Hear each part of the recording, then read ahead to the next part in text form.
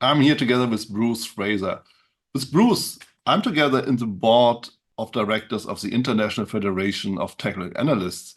And of course, it's always very interesting to hear a little bit more stories about, well, the people, not just at IFTA, but also the people in the trading and investment scene. And therefore, I'm really honored and very happy, Bruce, that you said yes when I asked you to join me for this conversation. And therefore, welcome to the podcast.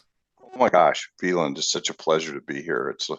We always have so much fun when we talk, and so the opportunity to just relax and just talk about the very things that we really love the most is a great honor.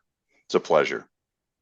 Same here. So yeah, let's jump right in. And I think basically what everybody is always really keen on to know is how everything started for you. Most of us, they've just went into trading more about, let's say, by chance or by accident. How about you? Well, I was in graduate school and in San Francisco, and I was doing graduate school while I was working a management job, and I wanted to get an advanced degree in finance, is what I was studying. And while I was I found this great, very prestigious little business school that was right in the financial district of San Francisco. And so I was attending. And now, for context, and I'll say that the industry I grew up in was horse racing. And Mhm. so I'd always worked in horse racing my whole life. And since I mean, because it was my dad's business. And so when I graduated from undergraduate, I went and got a management job working at Bay Meadows Racetrack in the peninsula of San Francisco Bay Area. And so I was going to school at night after working, very long days in at the racetrack, which I'd worked at since I was quite young. I'd worked there for many years, and among other places. Anyway, so I was taking these finance courses. I really love finance, and my finance professor told me, he says, you got to take this course. And the course um, was on technical analysis, and it was the only graduate course in the country, maybe in the world, that was devoted entirely to technical market analysis. And it was taught by Dr. Henry Pruden. And my my my finance professor said, he said, you may not agree with the principles of technical analysis. It was very controversial, but you're going to like the class, I think. And so I did just as I was told, and registered next semester for the class and took it. And honestly, Veland, by the second class, I was so enjoying this class from Dr. Pruden, and it was everything about it was new to me, unique Mhm. and different. That, but in some ways, it reminded me a lot of handicapping horse races. And I said, this is what I'm going to do the rest of my life. This is By the second class, I was like, this is what I'm going to do. And so I had expected, because honestly, the only business I ever knew was horse racing. Is I thought I was going to be in horse racing my whole life, and I came out of that class with the understanding that I was going to be in finance and be specifically directly connected to technical market analysis.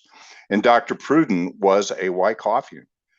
He taught, not exclusively. It was a very good survey course on all aspects of technical analysis, but he taught a lot of Wyckoff in the course, in addition to many other things. And so I became very much a Wyckoffean, as sort of as what I grew up on was the philosophy of Richard D. Wyckoff. Mhm. And so that was really the beginning for me. And so that was, oh, and then I went to, I was the only time in my life I've ever been heartbroken that a class ended. And so I was like, Seriously.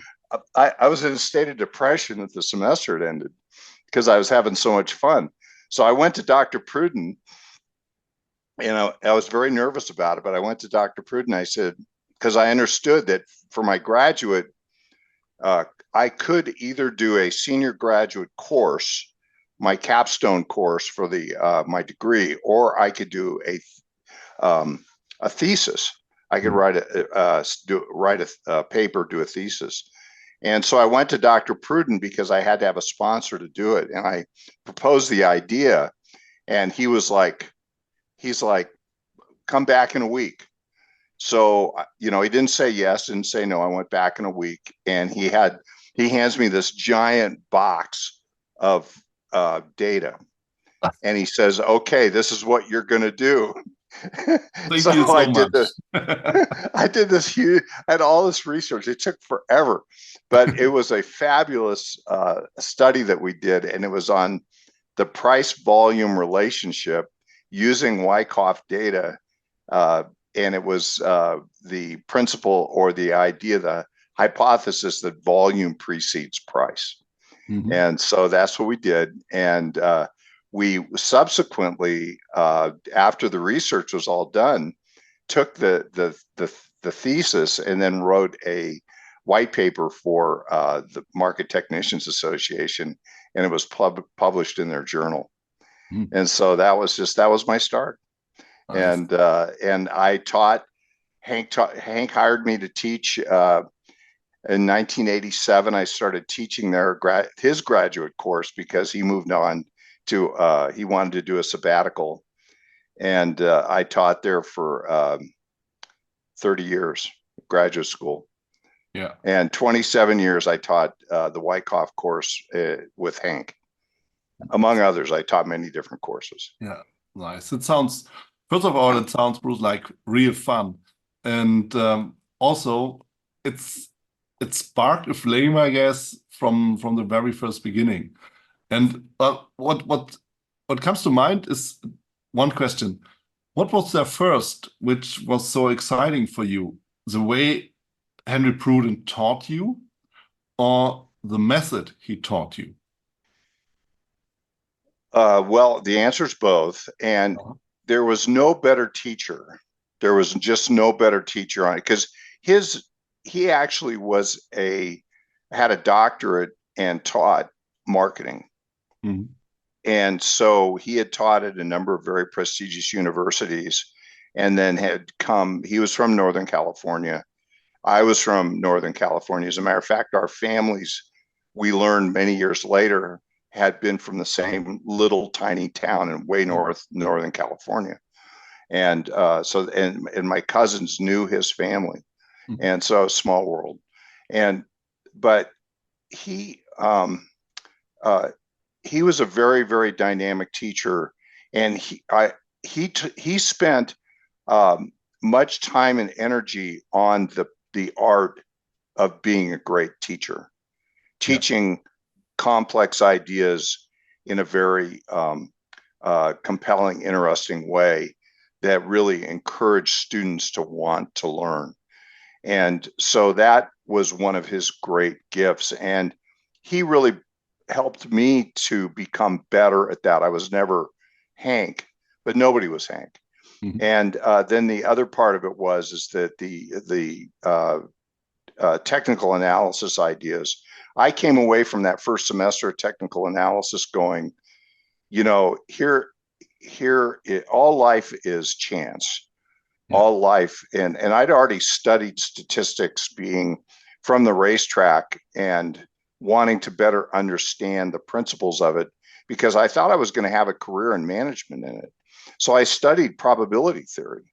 As a kid, I was like a 14, 15-year-old kid. I walk around with a book on probabilities and statistics because I wanted to better understand that because I felt that that was really at the heart of all wagering, and especially in horse racing. And I was not a gambler per se. And not that I didn't do it a little bit, but I never did. But part of it was because I understood the math. Mhm. I understood that you couldn't mathematically create an edge in gambling and horse racing. Yeah. And so I used to, as others have said, my main criticism of people that play the horses is that they're not good at math. And but I did know some very, very great handicappers, world-class handicappers in horse racing. All the same principles apply to the financial markets, by the way. Mhm. And so they all can be applied. Let's put it that way. So that was the thing, as I saw in technical analysis and in fundamental analysis and in the study of financial markets, that the game, and I use that term loosely because I know it's very serious, but the game of Wall Street, of finance, it has the ability, you have the ability to be able to create an edge as a portfolio manager, as a trader, that you cannot create in other forms of gambling, and for a multitude of reasons. So the idea that through good probability, understanding of probabilities, you can create edge, and you can create a system and create a discipline that can extract returns from the market, whatever time frame you're functioning in, really intrigued me. And the game, now I'm talking about it from the perspective of the size of it is much, much bigger. It's much bigger than anything. It's bigger than Las Vegas. It's bigger than horse racing. It's bigger than anything. Yeah. And I mean, that's so, interesting.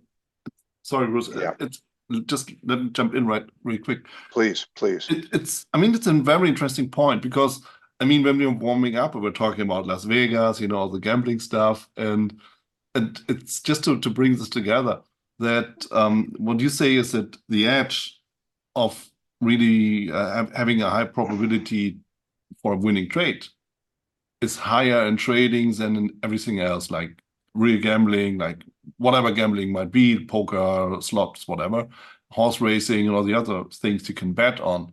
So Right. it's very important to understand this as a trader, that we have, if you want to go for things like this with trading, you have the best odds. If you don't mess it up by yourself, obviously. Well, one of the true blessings of my life was to have taught at Golden Gate University for 30 years. Mhm. And also to have become one of Hank's close friends, and he was my mentor. And we were able to attract some of the most amazing people to Golden Gate University to come and lecture at our classes, speak at our conferences, and so on. Mhm. And so as a result of that, we were able to spend time, going to dinner, doing the, which Veland and I are going to do, not in the not too distant future. We're going to get together and do the very same thing here. And I'm looking so much forward to it. Oh, we're going to have so much fun. And the thing is, Veland, is that this is exactly what we did for all those years. We'd have amazing people. Veland's an amazing person. We'd have amazing people come to San Francisco, talk to our students, talk to our community, and talk about all the concepts. So one of the first things I did, now, I mean, you got to rein me in here, but one of the first things that I did, I was a young officer in the the Technical Securities Analysts Association of San Francisco, one of the founding societies of IFTA, International Federation of Technical Analysts. And I was there at the beginning helping to negotiate with the other founding societies to get IFTA off the ground. And so we were there, and this was in the 80s, but we would have one of the first things I did is I was responsible for holding a conference in San Francisco, our fall conference, and I decided that my topic was going to be Jack Schwager's The Market Wizards. Mm. And so what I did is I invited as many market wizards from the book, the first book, because it had just come out, as I could get. And of course, I also got Jack to come out and speak also. And so we had Jack Schwager, and we had Van Tharp, and we had Ed Sakota, and many others, and others at future conferences. So anyway, Van Tharp was just getting his career off the ground at that time also, and had a great interview in that first book. Mhm. And so Van came up and spoke, and then we were able to develop a relationship with Van. And we, one of the big technologies that came out of the being in Northern California, and also Van was very much on the cutting edge of this, was neurolinguistic programming. Yeah. And neurolinguistic programming was really invented, I guess you would use, that might be the best word, in Marin County, which is north in the North Bay area above San Francisco. And so we started as a group, and we called it the Zims Group. It became quite famous. But the Zims Group was a group of committed professional traders that wanted to become better at developing their mental edge in trading. And so we did this for 9 years. We met twice a month for 9 years. And we had always, throughout that 9-year period, we always had an NLP coach who led our meetings. And what we would do is we would task them with processes that we wanted to learn about neurolinguistic programming.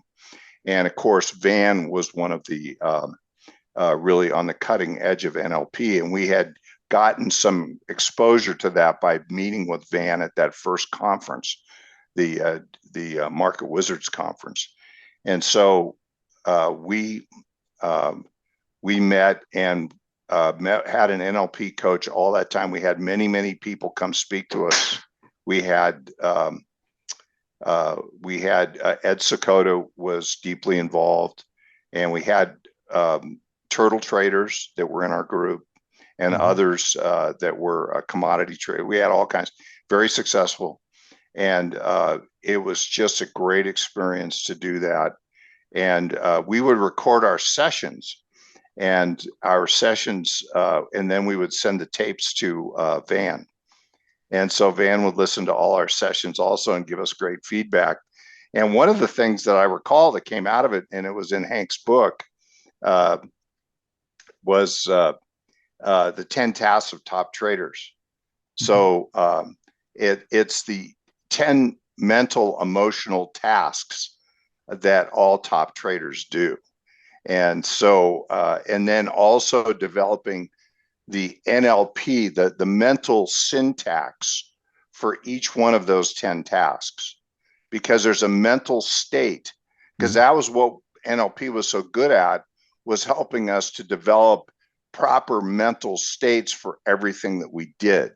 Yeah. And as a matter of fact, I will, maybe I can even I have a schematic of that, and I'll look for that while we're chatting. But so that was one of the great things that came out of it, was that there is proper mental states for success. And Van was quite good at this. And so he would helped us to understand, so well, here, let me put up the schematic. Okay, so here are the 10 tasks. And so every trade has some aspect of this. And so Van thought it was very important to do the trader to do a self-analysis of the mental states, moods, health, all of this, and then be sure that you're feeling up to trading at a high level. And then the next, and this is this 10 tasks is in Hank's book, by the way, and there's other places to read about it, because they wrote an article for the CMT MTA journal. Mhm. and daily mental rehearsals. So this is very important. There's a pre-trading process that we can go through where, and I'm sure, Veland, because you're so good at this that you do many of these things, is and we don't even think about them, they become so automatic. Yeah. And so daily mental rehearsal is to actually rehearse the trading day, maybe not the specific trades, but being in the right mental states, being on your A game, and being really aligned with your process, your the way that you do trade, your rule sets, everything. Yeah. And one of the great people that used to come through Golden Gate University often would lecture in our classes. We'd go to dinner, have such a great time, was Mark Douglas and Trading in Oh, the Zone. And Mark great was book. just, wrote two classic books, a great human being. We lost him way too early. And uh, he talks a lot about, well, the problems, the pitfalls of being a trader. Maybe we can get into that. I don't know.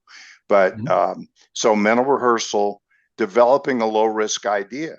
Now, this is something I used to teach a class for a number of years on peak performance trading. And it was all about the attendees of the class, the students, being able to, first of all, understand their trading systems, that they had a trading system. They Mhm. understood how their trading system created edge. What is it about your trading system that creates edge? Meaning that if you do it over and over and over again, that you're going to be able to overcome, uh, all the costs and the friction, the entry and exit friction, everything, and be able to persistently over a long period of time in a high number of trades, be able to make a return on your capital, and Right. you understand the risks. And if you really understand your system and uh, and how your system creates a low risk idea, then it's going to give you the confidence to execute on it at a high level. That's part of what you're mentally rehearsing in doing the daily self analysis. Is, do I believe in my system? My system has persistency, and so on. And so developing a low risk idea. And you know what? This is the hardest part for students. Was I'd say, okay, you've got to write an article for me, a paper on what your edge is. And, very, very difficult for people to define their edge. And that would be one of the things that we would work on creating by the end of the class. And then stalking your trade, understanding exactly what the setup is for your entry. This is something that Veland teaches. Stalking your trade, and then and there's a mental state that goes with being alert, focused, but waiting. And Hank used to use cartoons to characterize these different states, and he liked to use Calvin and Hobbes. And Mhm. he liked, Yeah. the cat would stalk, he'd Yeah. be out, stalking. And then action is when, you know, the pouncing on the trade, and then you're on it. And then the next thing to do is you go to monitoring. Mhm. You understand, the time frames you're functioning in, what happens if you have to abort the trade, what happens to take the trade to its conclusion and profitability, all that. And so these are all mental states that you want to be very, very good at. And then at the end of the day, you debrief the day, whether or not you traded or not. Did you do your work? Did you do it, in the proper mental states? Did you execute at a high level? Did you, whatever it was, you might have just stalked all day and done nothing else, but did you have focus, attention to detail, and so on? And then on a periodic basis, once a week, once a month, once a year, however you like to do it, you do periodic review. And for everybody, this is different. Yeah. And all these elements have to be part of a good trading system. Mhm. And so you take a guy like Mark Douglas, and Mark made a very, very important point in his book, both his books, and that is that trading the markets, there's really no rules. There's laws. So there's laws about, what you can and can't do, but there's no rules. You can go out there and you can just, trade yourself into bankruptcy, and many, many people have done it. Yeah, But true. if you're going to trade at a high level, you have to go out and create the game. You have to create the rule sets. You have to decide, what is the game that I'm going to trade by? And the thing is, if you think about a great sport like football or Mhm. soccer, football, or basketball, etc., is that those are games with very specific rule sets. They have boundaries. They have rules. You have to dribble the ball a certain way and shoot. You have so much time to shoot the ball. Very well defined rule sets. Yeah, Everybody who's a great basketball player plays within those rule sets at a very, very masterful level.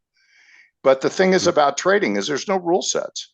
What are you trading? Are you trading futures? Are you trading options? Are you day trading stocks? Are you campaign trading over long periods of time, stocks or bonds or whatever it might be? And if you violate your rule sets, there's nobody there to stop you. There's no referee over there to, give you a foul for going outside your rule sets. The penalty is to lose money, and potentially a lot of money. And Yeah. so that's the hardest part about being a trader, is that a trader must be able to define very specifically that they have an edge, how they execute their edge through their rule sets, and how they're able to, over time, be able to persistently and regularly create returns through executing at a high level over and over again, doing all these tasks. And one thing you'll notice, one of the reasons we used to teach in this peak performance class, we had all the students read the Jack Schwager books, the one that were published at the time. There's a number since then. Jack has come and spoken to us since then, and Jack's a wonderful person, very generous soul. And he came and spoke to us about this. And the thing you'll notice, and I have one of my most masterful students who's gone on to have an amazing career as a hedge fund manager. He reads the Market Wizards over and over and over. And what he discovers is that through self-analysis and through daily debriefing and periodic review, discovers that styles of trading change, the probabilities change, because your opposition, other people are identifying and neutralizing your edge all Mhm. the time. And so they would reinvent themselves. Mhm. And so the ability to be able to reinvent yourself and your rule sets and your so-called game so that you continue to have edge is something that all great market wizards can do. So I'm sorry to go on and on about that, but Nah, Bruce, I could listen to this forever. And seriously, I'm pretty sure everyone else does too. And there's so much wisdom into it. And I'm just looking at the graph you share, and maybe I can enhance it on the podcast too, so that people can see it, or they watch a video on YouTube.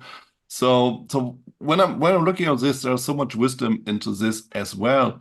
And the crazy and fun thing is that we don't talk about, hey, you have to enter here, you have to exit there. Nobody cares about this because it's all about your own behavior. And if people definitely they don't get it at the very first beginning. They always go for, oh, what is the best technique? What the heck? Nobody cares. The best technique is like being within yourself, being in the zone. Therefore, yes, the book from Mark Douglas is amazing. yes, Seriously, it's one. I have this stored in my parents' house, and I just have like 5 books stored. It's his book. It's some books from Oliver Velez, whom I really admire. And well, that's basically it, because there's so much wisdom into it. And looking at one point here, it's like daily mental rehearsal. And what you mentioned here is, I want to go deeper into this because I'm pretty sure a lot of people suffer or struggle with this. Because daily mental rehearsal also, as far as I understood, means that you have to also take care about your mental stability in terms of your environment. So if you live in a trouble zone, like family-wise, how can you be a successful trader? If your mind is a war zone, battlefield, wow, you don't want to go into the markets. I have many, uh, I've had many students that have had very similar situations. And, you know, because I'm the instructor, they would come to me and they would talk to me about these things. And Yeah, I'm not going to betray anybody's confidences, but that is what you just said is absolutely true, Veland. Absolutely true. And the thing is that the very best traders that I know, they very much control their physical environment. yeah. They're very, in many cases, they're very they have very simple, I would almost call it monastic lifestyles, Mhm. where they're operating very complex systems and they're operating them at a mastery level. But the life around them, even though they have they have very high priorities about what's important. Mhm. Family first. It might be faith, family, and then it's the uh, the methodology, the approach that they have, their their careers, what they're doing, and outside of that, they're very careful about not allowing other things in that create dramas. Exactly. And I'm very impressed with that. Very impressed with that, and I've learned from them about that. Yeah, yeah, because whenever you go into and this it's not really an NLP thing, but it's it's some kind of mindset thing that nowadays everybody's talking about this in business and trading, and it's always the same. Like, yeah, you have to take care of the people who are around you, like you are the sum of the five people next to you, and then it's also yeah, you have to get rid of all the toxic people. And then this means like, oh, I have to say goodbye to my old friends from school. Yes, you have to. Unfortunately, because of that. Because if you get into all this drama again and again and again, how can you be ever trading in the zone? To get back to this one. I've actually had a number of students that I can think of. I mean, I had just generically, I had a student who came to me and he's like, Professor, he says, and he was one of my really good traders. Mhm. And he said, he talked to me, he says, I think I've got a problem. He was young, pretty young. He out of college, had his degree, came back, took our classes after he graduated. Mhm. And he said, my trading is exceptional. It's like he had an amazing career as a trader. But he said all of his friends who went off and started families, started careers, and had normal careers, that his ability to be able to trade had put him in a different financial league from them. Mhm. And he didn't boast about it. He wasn't somebody who really showed that off. But his community, his circle was very. He felt he had the sense that they were sort of judging him for being successful, being so successful, Yeah. and you know, and we had a big discussion about that. And I said, it's like it's heartbreaking to have your friends aren't supporting your career per se. I don't know how much of that was him just thinking it versus, things that he picked up from his community. But Mhm. I said, it really helps to have people that are successful or more successful than you in the career that that you love so much. And I actually worked very hard on that personally to develop relationships with the very, very best people in the industry that I knew through the years. And I did that through being a member of technical societies and going around and speaking and so on. But I had a great group of friends that were both in and out of the industry, Yeah. and great friends support each other in all things. And that's very important, very important. Yeah, for sure. And exactly what you say. It's usually, and that's my own experience too, and not just from myself, but also what I hear from others and other fields in life. It's not by those who really feel like, yeah, I made it. It's more of those who watch you making it and not really fully understand what is going on, not fully appreciate, maybe get stuck, maybe are too lazy, whatever.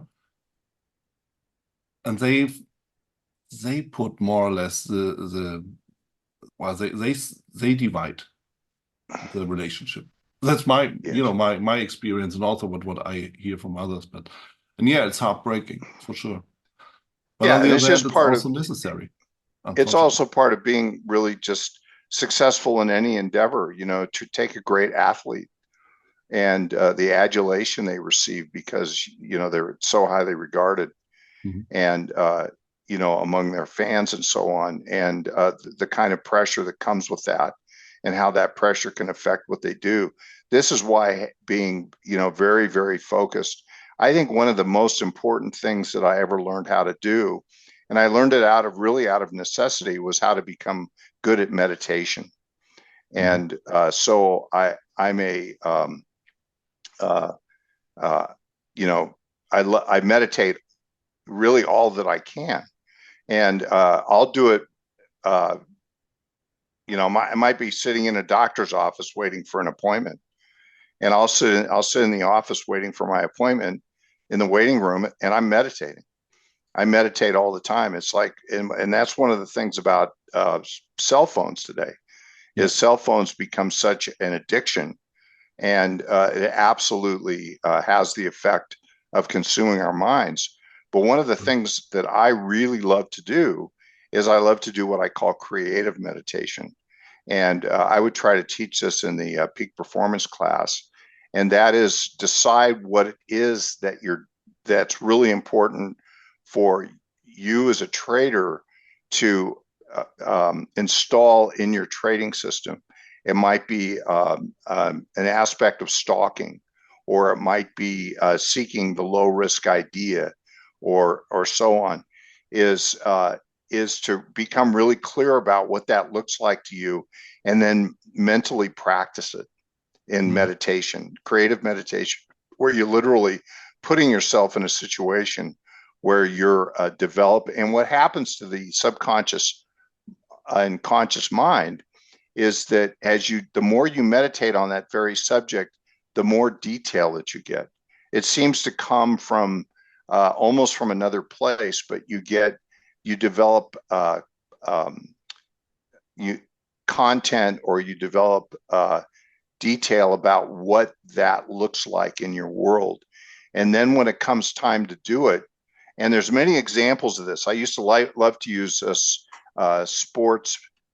Sports was a great place for studying peak performance. Mhm. And I studied as much of the great peak performance coaches as I could find in sports.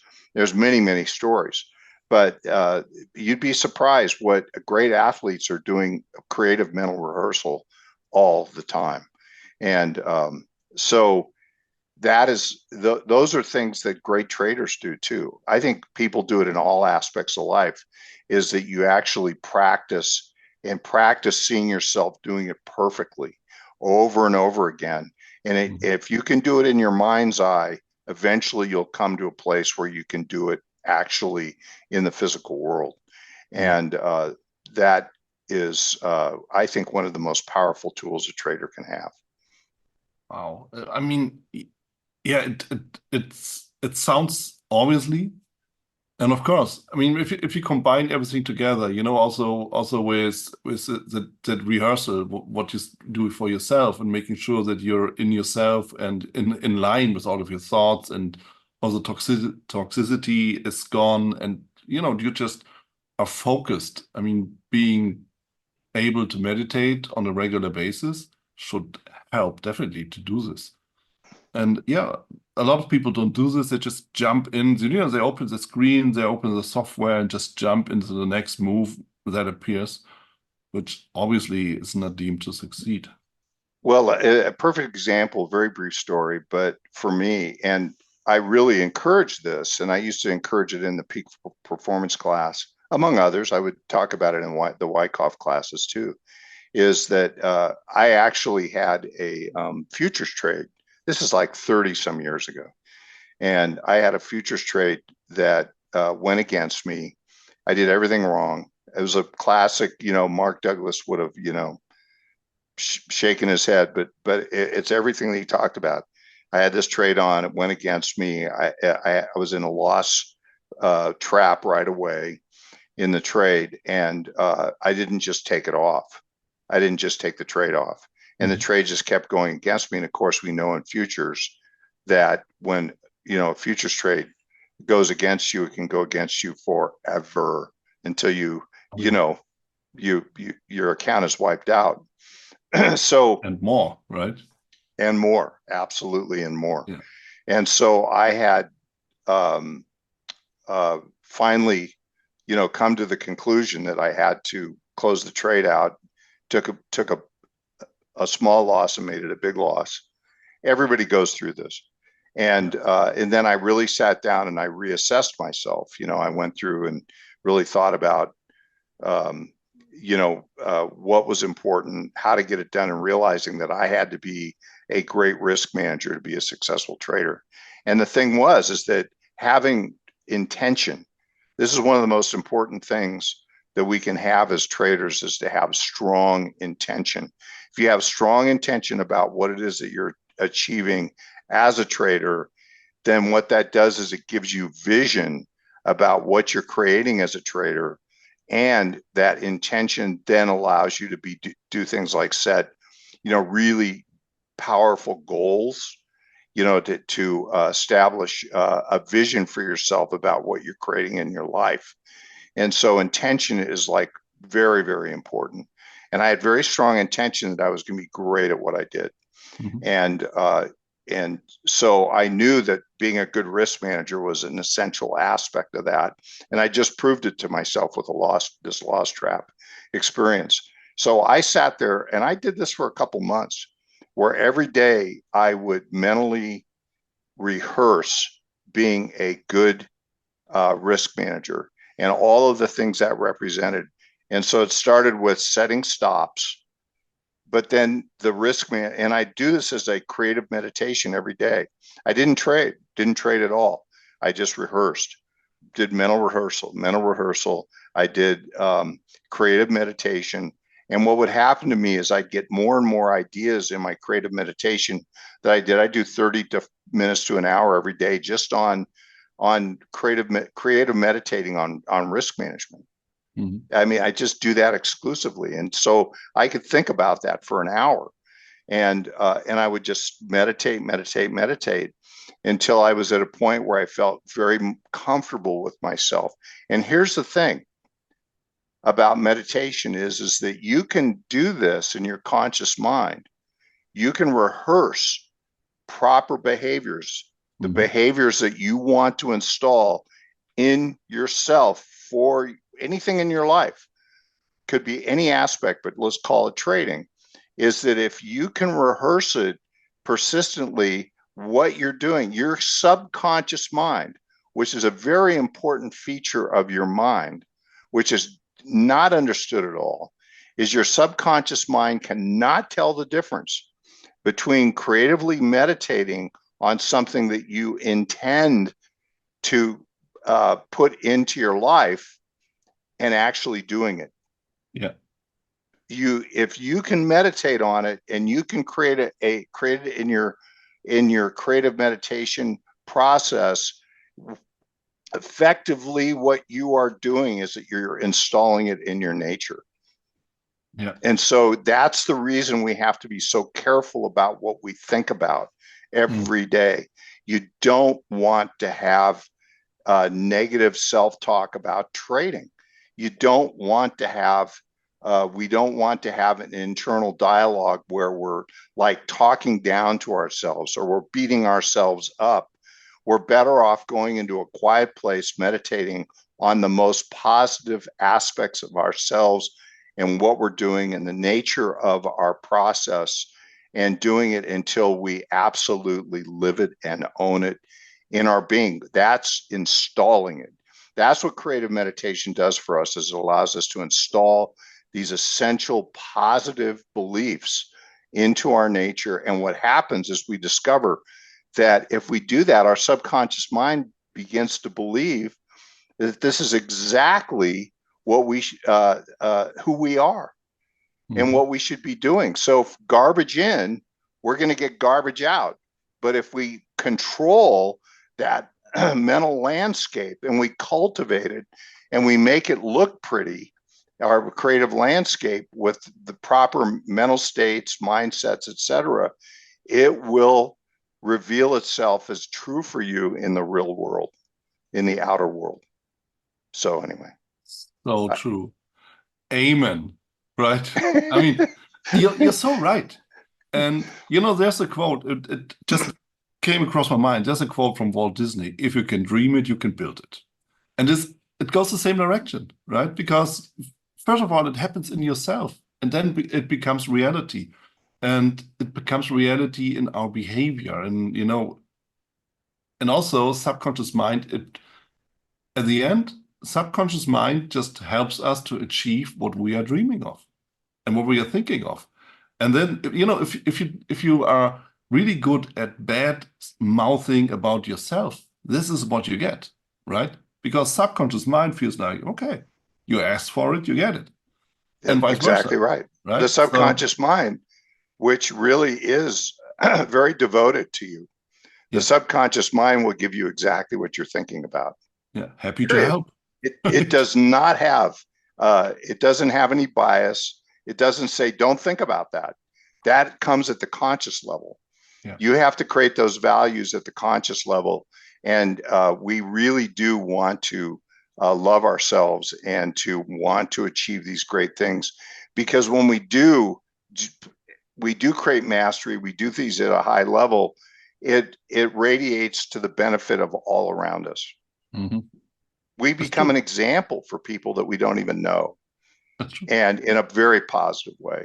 So, those are some of the aspects of why being a master trader is so important to ourselves, our families, our community, and so on, is because it's something we can radiate that's very influential in a positive way to everyone. Yeah. Would you agree, Bruce, that trading and being a trader is one of the, not the easiest, maybe the hardest way, but of course, one perfect way for self-development?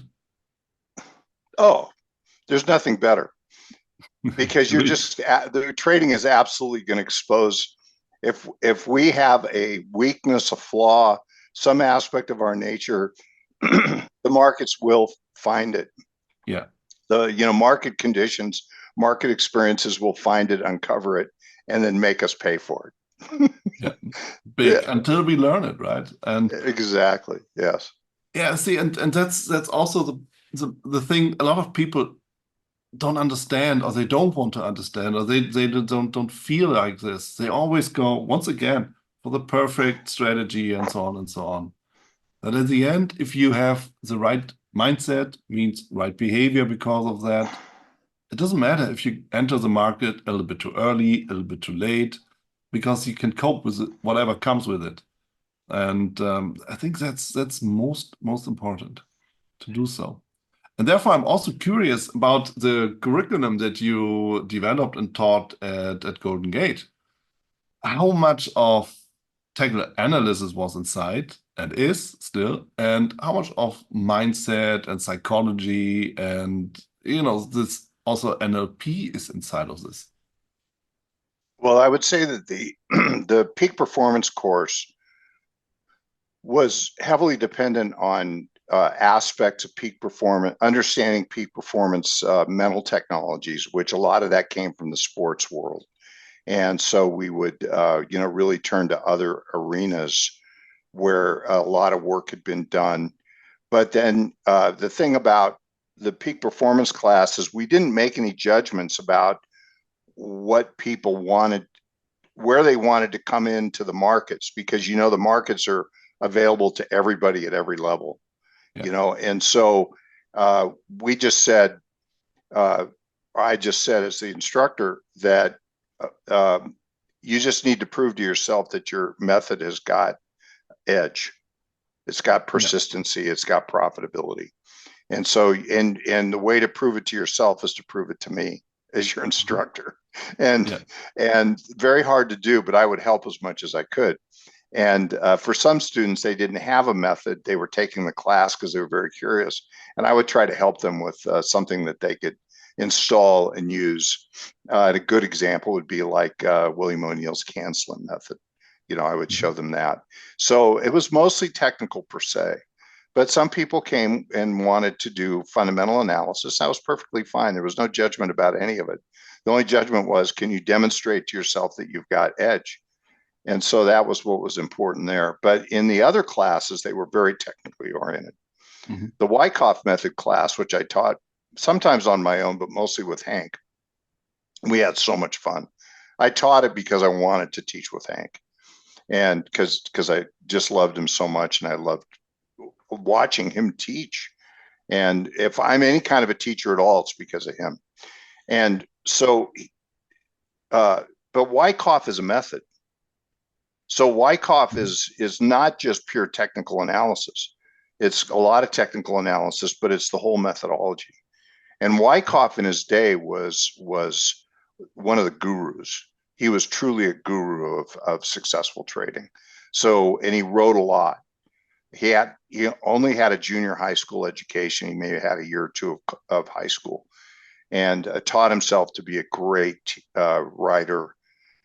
He was a great student of the markets and um, mental states and so on. So we would encompass all that, but it was Mhm. largely technical. And I'm very visual, and so I love the metaphor of technical analysis. I could I've been doing it every day for over 40 years, and I think of the market as my best friend. I just wanted to show up my problem is this. If I have a problem, Vila, it's that the market always wants to tell me what's going on. The market is very, very clear about what it's doing. Mhm. It's I refuse when I don't get it, it's because I refuse to learn the language of the market, and I'm not uh, and I'm stubbornly in my own opinions. When I Mhm. let the market talk to me in its own language, and it will tell me exactly what's going on. It absolutely will tell me what's going on. And so that's the thing I had to learn in my career is how to be a good listener, Yeah. how to let the market tell me what's going on. Yeah. And now I show up every day and I'm just so happy because I'm kind of in retirement now. I'm at that age, and I just show up and I go, the market's like my best friend. I think of the market's my best friend, He's and it's just talking. I had to just learn a new language. That's all. Oh, I love that. And after all these years, it's also what I really love is that you say, well, first of all, he's your best friend. Usually I hear things like, oh, everybody hates me, thing like that. It's the broker's fault, and so on and so on. That's not true. It's yeah. And I love that. And it's also some kind of self-programming. Like the market loves me. And no matter what, if it's really true or the market knows you or not, but it feels better and it gives you positive, even more positive approach to your trading style and also to your strategy. Because if the market loves you, by definition, you get the right entry, right? Exactly. And the thing is that I'll show up, and when I get the market wrong, uh, my first thought is this: well, I'm just not being a very good listener. Yeah. I'm not listening to the language of the market, and I'm not being a good listener. and and so uh, anyway, that's just the way I think about it, and it just makes it fun to show up every day. Yeah. So, and yeah. Also, I think market just teaches us to be humble when we're listening, right? Because we get Yes, all the information. I use candlesticks for this, by the way. So, if you see the right candlestick at the right place, that's all you need to know. And everything else, it's not. up to you anymore. You just open your trade and let the market do its job. You're a And good listener. yeah, just be a Leland, good you're a good listener. listener. Yeah. Yeah. Yeah. Sometimes yes, sometimes I Right. don't know. Yeah. And Well, maybe that's because we show sometimes, up with an opinion. I think it's like when I'm not when I'm not listening, or when I show up and it doesn't turn out the way I thought it was, I just automatically go to, well, I'm not being a very good listener. yeah. So Yeah, true. I mean, that's what life teaches us as well. I mean, you're married, so you know what I'm talking about. So you yeah, better be a good listener too, right? So, that's all I do. and you're better off. So in life, we're always better off. Exactly. Just, Yeah. not just in the market, but yeah, jokes aside, but it's so important to be neutral in your thoughts, to be positive, to have the mindset in terms of, yeah, market loves me. At least he doesn't not love me. So, so Yeah. The why? market just shows up and Yeah, it just speaking its language, right? It exactly. just it just shows up and speaks its language, but it's not trying to hide anything. When we Yeah. get angry, when I think about it this way, when we get angry at the market, it's because the market didn't do something we expected it to do, which is really a demonstration of the ego. It's true. Yeah, Why the doesn't the ego is market just saying, follow my idea? You know? exactly, Yeah. exactly. Yeah, it's true. So, Yeah, when I teach my strategy, which the expander, and when I talk about this one, I always say, guys, this strategy follows the market, not vice versa. You know? but see, this is what all great traders do, Yeah. right? It's what all great traders do. So it's like, you're teaching them the essential principles, and people have to decide. Uh, you know, uh, the market people show up, especially professional people show up, and their whole life has been one of asserting themselves in Mhm. situations. Professional people, they assert themselves in college, they assert themselves in their careers. They're out there like making things happen True. to grow their businesses or grow their careers, whatever it is they're doing. Those are all wonderful attributes of being a professional in the world, and achieving what you want. Don't tend to work well in the markets. Mhm. The markets are really like, I mean, it's great to have ambition and so on, but then you have to show up and be very patient and passive and Mhm. listen and wait for the market to set itself up. Being able to be patient and wait days, weeks, months for the proper setup for your system is something that a professional person typically doesn't learn in their careers, because they go out and they get it done. They get it done today. Mhm. And this is what I need. I'm going to make it happen. Well, Yeah. you can't push on the market like that. Very hard to do. And so it required, this is why doing the, understanding the mental states of great trading, think about some of these aspects here. I've got it over here on the screen, but developing a low risk idea, stalking, that's waiting. Mhm. It's like being patient, waiting for the right setup, and monitoring, waiting, letting a profit. You're monitoring because your trade is working and the trend is happening, and you're sitting there waiting for the trend to unfold to its conclusion, its Yeah. natural conclusion. And it's like people don't want to trade; they don't want to wait. They want to get it done and then move on to the next thing. And there's a lot of aspects of our nature in the world that don't lend themselves to the proper attitudes, beliefs, and mental states for trading. And it's very hard for people that like retire, that come out of their careers and have these great values and attitudes that made them successful, go to trading and find out that they don't work. Mhm. And so this is why I think that your course is so good. I really love what you teach, because you really are teaching people that.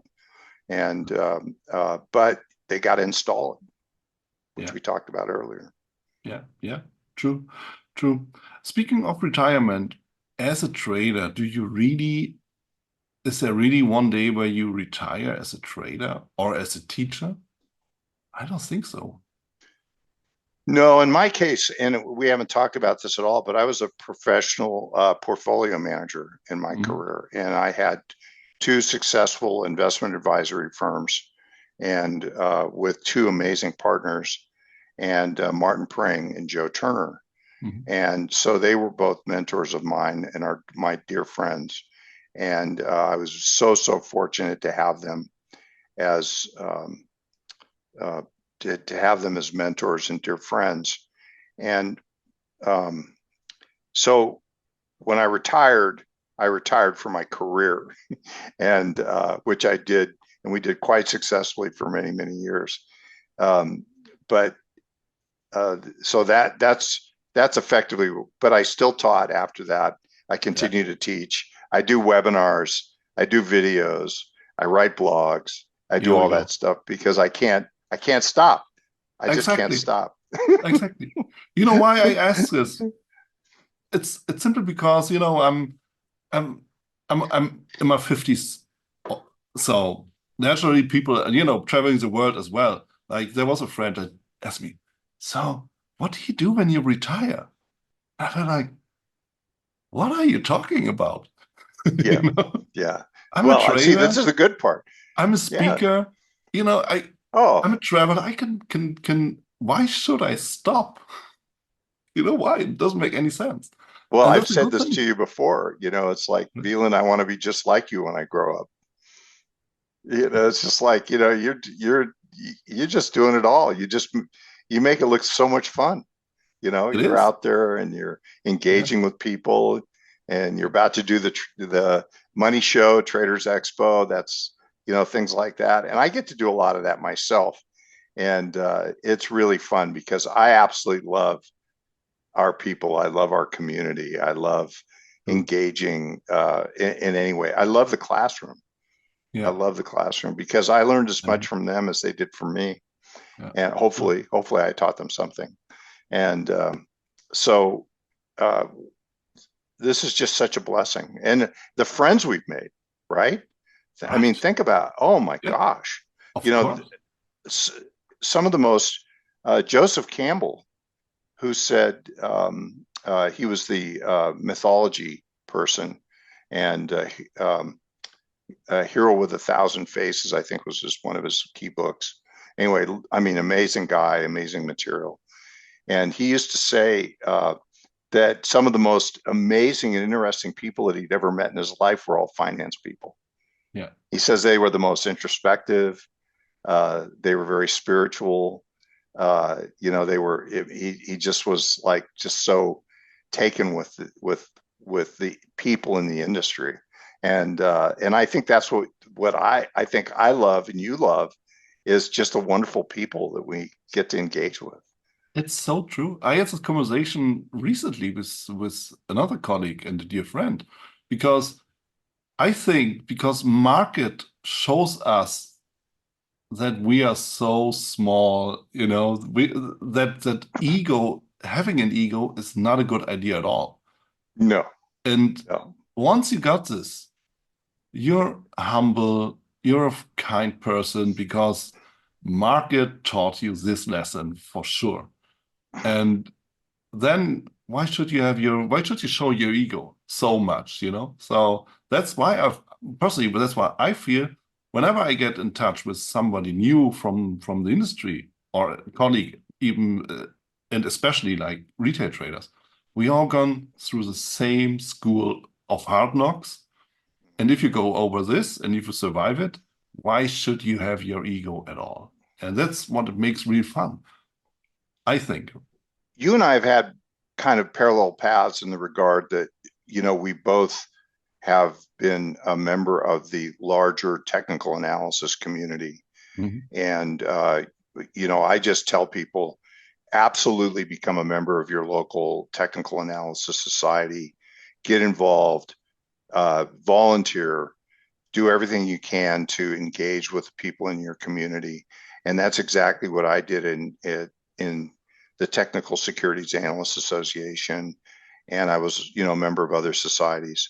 Yeah. and it's just to get involved and do stuff, because guess what? This is what we learn.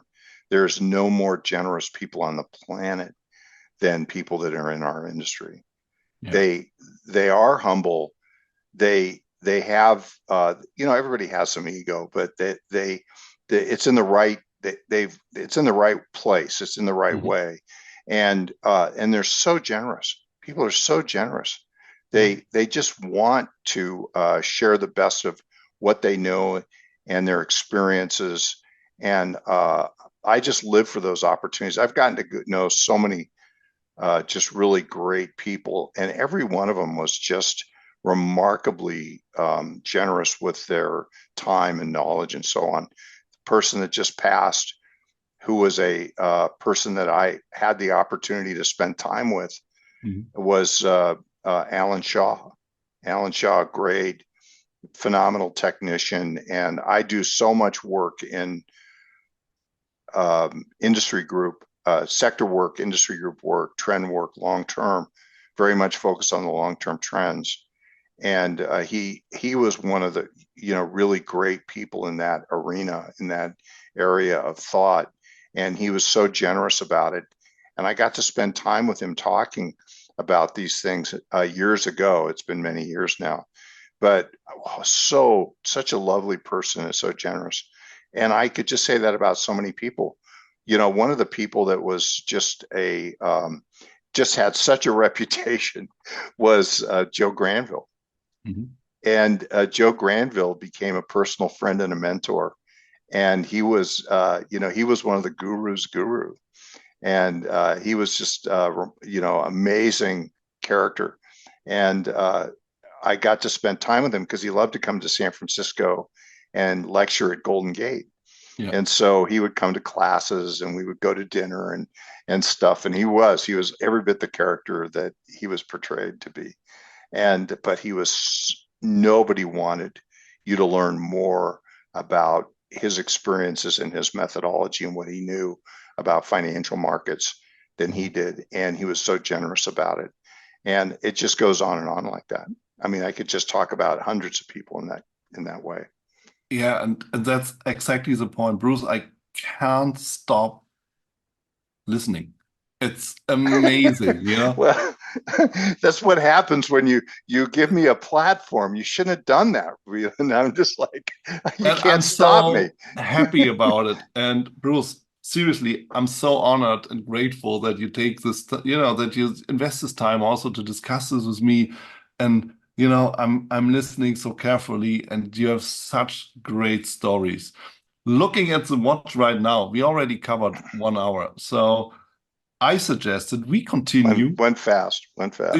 yeah, because it's so much fun. But I suggested we continue not too far away. Maybe we discuss in San Francisco when we meet and go a little bit deeper, maybe together with Roman could be fun as well. So, whatever happens, or online. So that I suggested we just make a pause here, put it this way, and continue next time, so that we can share now, and people can listen and then move on to things they also have to do. But I'm very, very sure that there are a lot of stories waiting to be told, and I'm happy to listen. And everybody else, I'm very sure, is too. So thank you so much, Bruce, and Well, I really want to talk. amazed.